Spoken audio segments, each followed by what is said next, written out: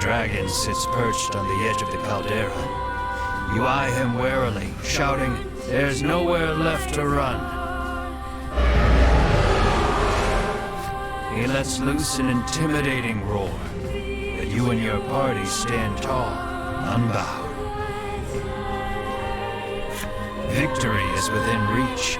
You have never felt more ready to slay a creature in your life. Draw your sword and charge, blade raised and ready to strike. In an instant, his bodyguard appears before you. You can see the bloodlust inside him as he stares you all down. He looks upon you and sees only greed. "Fools," he shouts. "You shall not be stopped. You have your reasons for wanting the dragon dead, and they are enough. They are everything. This conflict is inevitable. You heave your sword toward the enemy, come what may."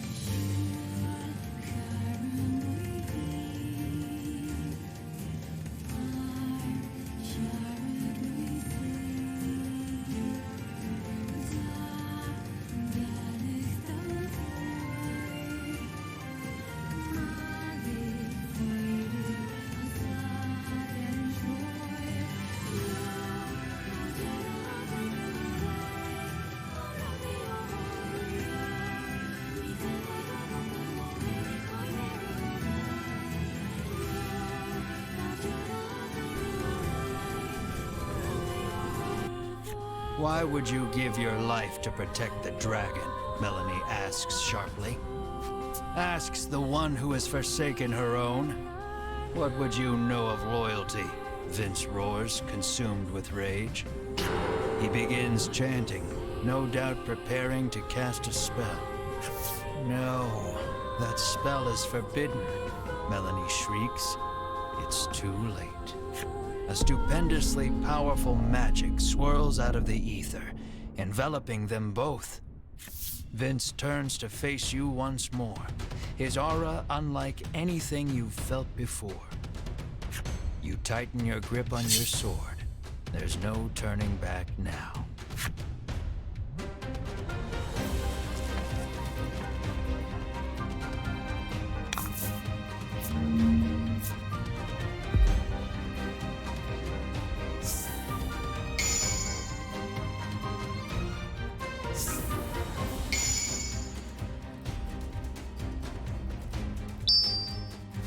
Vince adopts a sweeping stance between you and the dragon. You'll have to deal with him first if you hope to attack your quarry.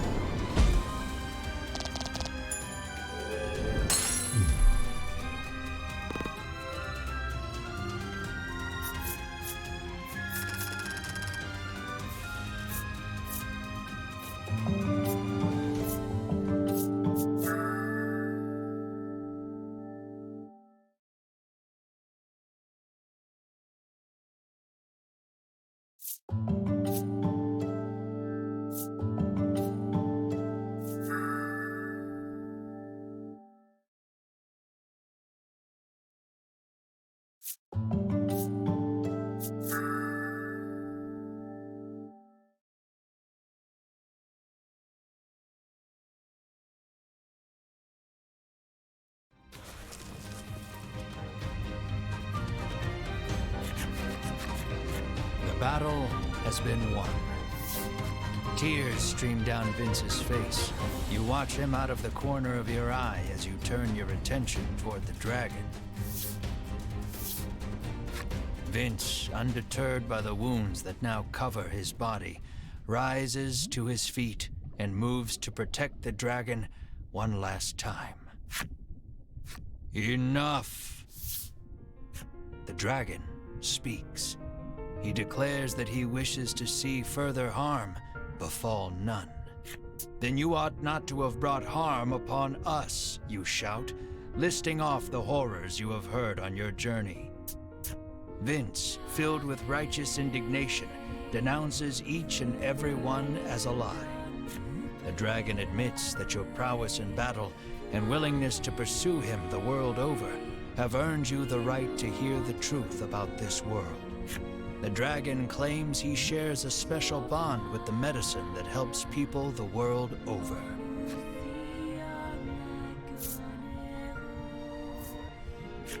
All those who succeeded in capturing the dragon in the past forced him to live a nightmarish existence on this island. They would stab him with several hundred spears. They would slice his scales off with their swords. Every day a fresh horror would visit him in the heart of the island, and every day he would cry out in pain.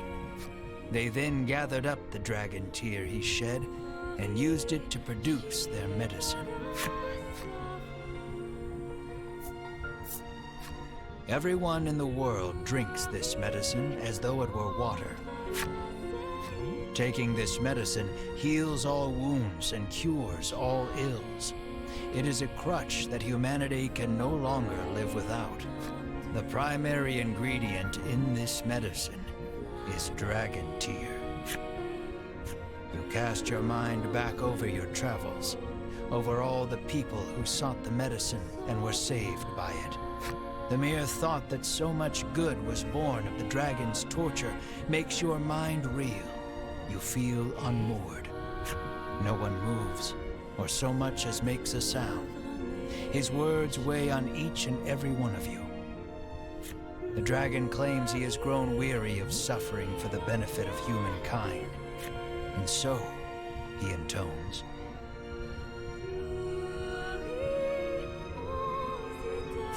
I beseech you, strike me down. You hear only hurt and fatigue in his voice. Comply, and you will fulfill the order that was given you. The riches you have coveted for so long shall be yours. But know that if you do, the medicine upon which people have come to rely shall cease to exist, threatening the very foundation upon which humanity was built.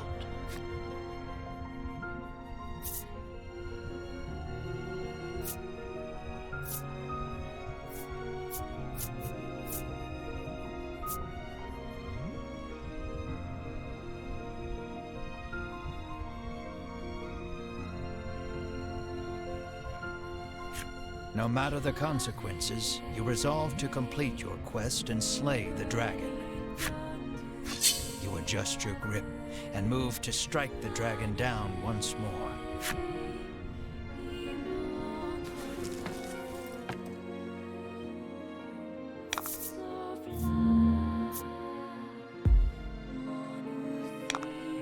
It looks like it won't put up a fight.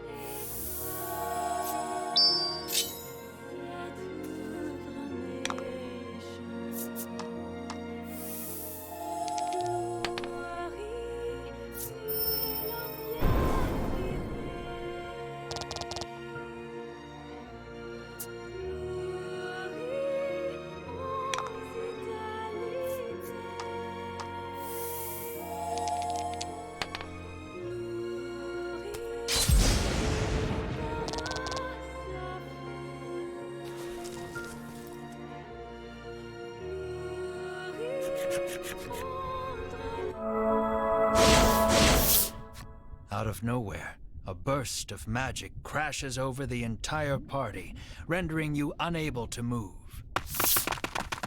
The Ivory Order have found their way back to the caldera and stand before the dragon once more.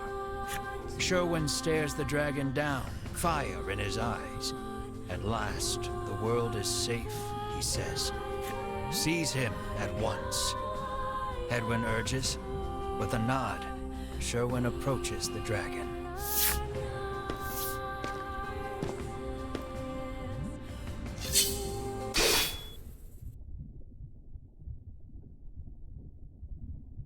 In one motion, Sherwin unsheathes his sword and cleaves the dragon in two.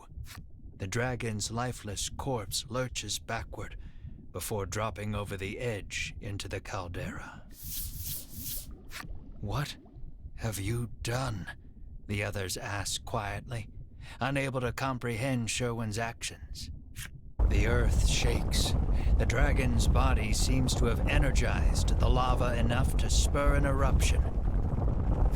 All that remains is to destroy that place, he hisses, and storms off with purpose. The remaining members of the Ivory Order are still in shock, but Hedwyn orders them out, and they flee out of sight. The volcano is about to erupt, and will surely take you with it. Melanie suggests the party take Vince as well, but he insists he remain here. He speaks his final request, his voice already fading. "Dragon Tear is more powerful than you can imagine," he says, his voice weak and raspy. It could end this world. You mustn't let them use it. Stop them at all costs. Use the forbidden magic if you have to, Melanie. Vince's final pronouncement echoing in your head, you race to catch up to the Ivory Order. The eruption is imminent. The earlier tremors collapsed the passage you took to reach the caldera.